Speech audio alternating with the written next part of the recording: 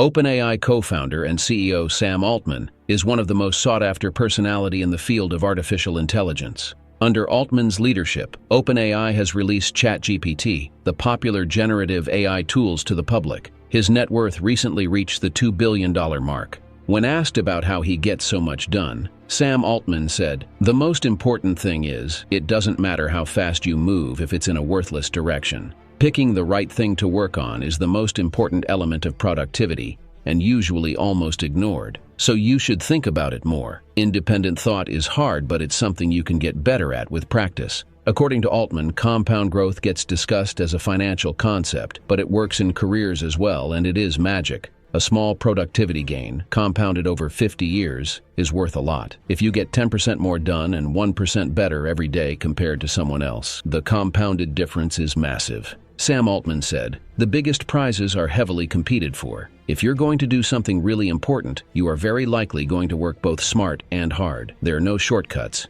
You have to both pick the right problem and do the work." Meetings, according to him, are best scheduled for 15 to 20 minutes or 2 hours if there's more to discuss. The default of 1-hour meeting is usually wrong and leads to a lot of wasted time. Altman said, 90% of the random meetings I take are a waste of time, but the other 10% really make up for it."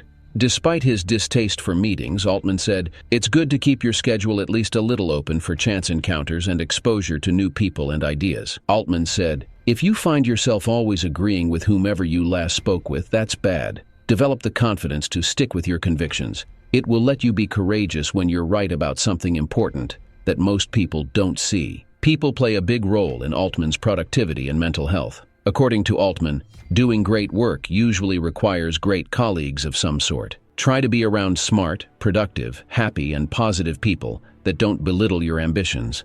"I love being around people who push me and inspire me to be better. To the degree you able to, avoid the opposite kind of people." Altman said, "Stuff that you don't like is a painful drag on morale and momentum. If you're in a position where you can manage people, delegate your tasks to someone else who'd enjoy them. Remember that everyone else is also most productive when they're doing what they like. Try to figure out who likes doing what and is good at and delegate that way." Altman said, "I highly recommend using lists. I make lists of what I want to accomplish each year, each month, and each day. Lists are very focusing, and they help me with multitasking because I don't have to keep as much in my head. If I'm not in the mood for some particular task, I can always find something else I'm excited to do. Productivity in the wrong direction isn't worth anything at all." Altman said, "I make sure to leave enough time in my schedule to think about what to work on. The best ways for me to do this are reading books, hanging out with interesting people, and spending time in nature." Altman said, "The first few hours of the morning are definitely my most productive time of the day. I like to start and end each day with something I can really make progress on.